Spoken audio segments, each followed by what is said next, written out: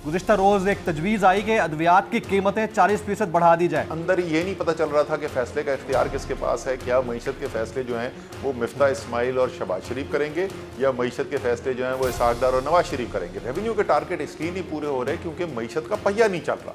गुज़िश्ता रोज एक तजवीज़ आई कि अद्वियात की कीमतें 40% बढ़ा दी जाए। ये हुकूमत रशिया से भी मुआहदा करना चाहती है, उसके लिए मुज़ाकरात हो रहे हैं। ये हुकूमत चाहती है कि पब्लिक को रिलीफ दिया जाए इलेक्शन से पहले पहले, उसका प्लान भी तैयार हो गया है, लेकिन हो नहीं पा रहा। आप as an economic scientist of Pakistan, आपका एक बहुत बड़ा बैकग्राउंड है इकोनॉमी के ऊपर काम करने का, बड़ी बड़ी मल्टीनेशनल्स के साथ काम किया आपने। क्या मसला क्या है, कहाँ खराबी है? देखें, ये कई महीनों से मैं समझाने की कोशिश कर रहा हूँ कि एक तो है ना कि इनफरादी इनके जो मईशत के फ़ैसले हुए, उन मईशत के फ़ैसलों में ख़राबी थी आपस में। अब तो बिल्कुल खुल के बात सामने आ गई ना। उस वक्त भी हम आपको बताते थे कि अंदर ये नहीं पता चल रहा था कि फ़ैसले का इख्तियार किसके पास है। क्या मईशत के फ़ैसले जो हैं वो मिफ्ता इस्माइल और शहबाज शरीफ करेंगे, या मईशत के फ़ैसले जो हैं वो इसहाक डार और नवाज शरीफ करेंगे। वो आपस में जो रस्साकशी थी वो सामने आ गई। वो ऑडियो लीक में क्या मरीम नवाज कह रही हैं मिफ्ता के बारे में, अपनी फाइनेंस मिनिस्टर के बारे में क्या कह रही थी, तो उससे आपको वाजे हो गया कि जिसको फाइनेंस मिनिस्ट्री की कुर्सी पे बैठाया हुआ था उसके ऊपर ख़ुद को एतमाद नहीं था। तो वो एक तो वो फैसला साजी का बहरान जो है वो पार्टी के अंदर रहा।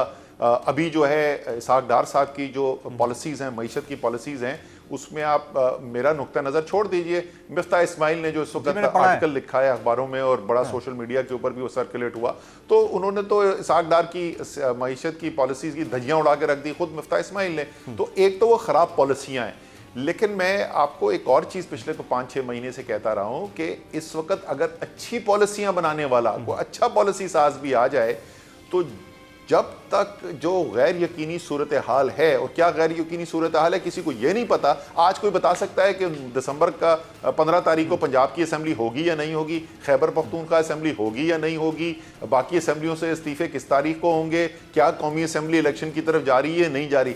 ये जो गैर यकीनी सूरत हाल है ना, और ये आज की नहीं है, ये पिछले तकरीबन 8 माह से इसी सूरत हाल के अंदर पाकिस्तान है। इसके अंदर मईशत नहीं चल सकती। और हो क्या रहा है, सरमायाकारी के सारे फैसले रुक गए हैं और इस वक्त इतनी खतरनाक सूरत हाल पैदा हो गई है कि जो ज़रूरी अशिया हैं जिनके ऊपर हमारी बरामदात का इन्हिसार है, हत्ता के दवाइयों के रॉ मटीरियल तक जो है एलसियाँ खुलनी इस वक्त बंद हुई नहीं है। पाकिस्तान को कहते हैं कि हम दिवालिया हो जाएंगे, डिफॉल्ट हो जाएगा।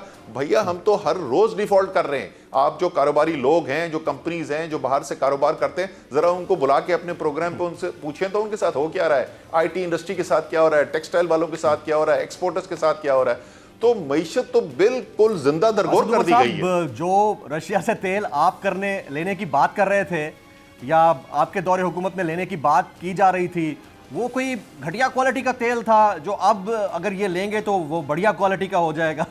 इसमें कहाँ ये मतलब अनएक्सेप्टेंस क्यों रही है? कि बहुत देर की मेहरबान आते आते वो जहाँ पर अब वो बात लेकर पहुंचे हैं, अब अल्लाह खैर करे, क्योंकि उसके बाद सारी दुनिया जो है उसने लाइन लगा दी। रशिया ने अपनी तेल की सेल्स बढ़ा दी, उनकी अपनी कमिटमेंट्स पूरी हो गई, क्योंकि उस वक्त नया जो है एम्बार्गो लगा था वेस्ट की तरफ से। तो उनको ज़रूरत थी कि वो दूसरे बायर्स तलाश करें, दूसरे कस्टमर्स तलाश करें, इसलिए वो डिस्काउंट के ऊपर बेचने के लिए तैयार थे।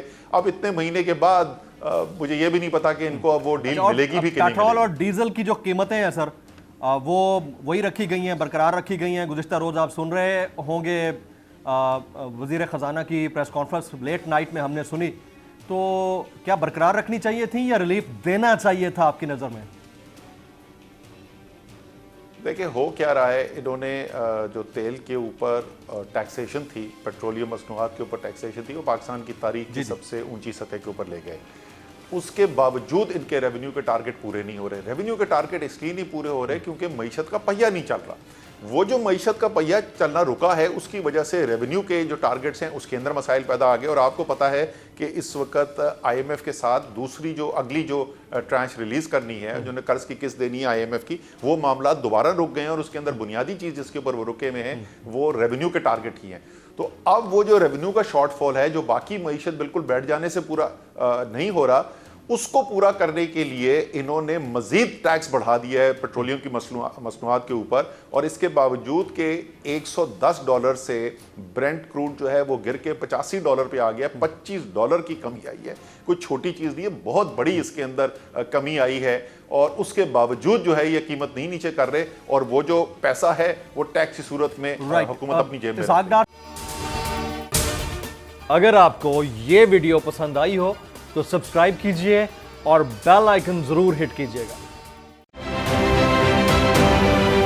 आप ये समझें, ये जो हक है ना, हक पे खड़े रहना और हक को बोलना, ये दूर से लगता है तन्हा हो गए लोग। आप खान साहब को देखें, तन्हा दिखाई देने, सारी जमातें मिलकर उनके खिलाफ हैं, लेकिन आज भी पाकिस्तान की आवाम उस हक की आवाज़ के पीछे जो है 80% से ज़्यादा आवाम उनके साथ है। सेम एग्जैक्टली इसी तरीके से बोल की कहानी है भाई, बिल्कुल अलग आपको तन्हा दिखाई देगा, हर जगह आपको खड़ा हुआ नजर आएगा, हटेगा नहीं किसी चीज़ से, और उसके साथ भी 80% आवाम अगर आज आप देखें तो उसे बोल दिख रही है। जाली केस है ना, ये हम पे उस वक्त बनाए गए थे जब हुकूमत यही थी, इन्हीं लोगों की हुकूमत थी ना। और ये जाली केस, इनको मैं नहीं कह रहा इस केस को जाली केस, इनको पाकिस्तान में क्या पूरी दुनिया में एक ऐसा शिकायत कुंदा नहीं मिला, एक ऐसा कंप्लेनेंट नहीं मिला जिसने ये कहा हो कि हमारे साथ फ्रॉड हुआ है। तो ये खुद ही बन गए कंप्लेनेंट, और ये खुद ही इन्होंने खुद ही इन्वेस्टिगेशन की, उसकी खुद ही तफ्तीश भी की, यानी कि कंप्लेनेंट भी है, इन्वेस्टिगेशन ऑफिसर भी है, और इन द एंड इन्होंने फिर उसके बावजूद ये कोर्ट में जमा कराया कि जी ये केस जाली केस था, और इसमें किसी किस्म जो कुछ एग्जैक्ट कर रहा था सब लीगल। ये मेरी बात नहीं है, ये इनके इन्वेस्टिगेशन ऑफिसर की बात। सबसे ज्यादा व्यूज और सबसे ज्यादा रेटिंग के साथ बोल आज भी रहा नंबर 1 पर। सब्सक्राइब करें और बेल दबाएं ताकि कोई खबर रह न जाए।